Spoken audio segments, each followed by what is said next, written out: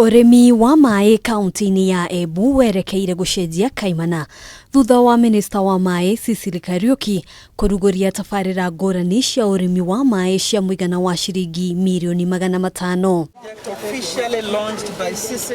Tafarira ya urimi wa mai ya Kithima na Kanyua Bori itanyitwo kuguna makiria ya arimi 3,600. Tumeanzilisha mradi huu sababu tukienda chini pale tuko na project mbili, moja ni New Githemo Irrigation Project, project ambao itafaidi wakulima 1,200. Mwaka muhituku thirikari yahũthĩrire ciringi bilioni 1.5 kurekereria tafarira ingĩ kenda kuria urimi wambĩrĩirie na oho kuri na tafarira ingĩ ngũrani irathie na mbere. Tumewekeza shilingi bilioni 1.5 na vile tunaendelea na miradi 8. Kiwepo nayo tunawekeza shilingi bilioni 1.3. Tafarira ici ni hamwe na marima ma mai maria thirikari ikoretwo ikienja niguo kuguna aikari a icigo iria igumagirwo ni riũa muno.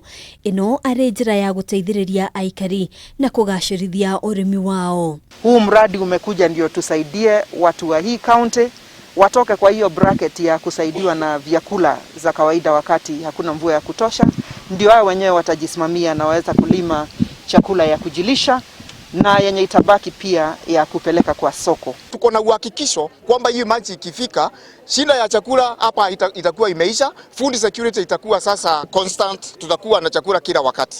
Seneta wa kaunti ino Gerald Nduiga negathĩrĩirie tafarira ici akiuga nĩ cia kĩguni kĩnene kuri aikari. Now this is a very practical way of demonstrating what the president has always said in the big four: food security.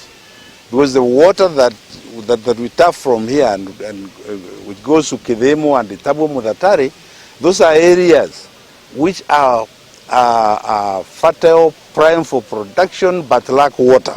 Tafarira ici itanyitwo kurekerera kiambĩrĩria-inĩ kia mwaka ukite. Huu mradi tukifikia Januari mwaka ujao tutakuwa tumekamilisha na tumeingiza maji kwa mashamba za wakaaji ndio waweze kuanza kilimo cha biashara. Handũ-inĩ ha Kameme TV, Gĩtagwo Ngina, Wawaduro.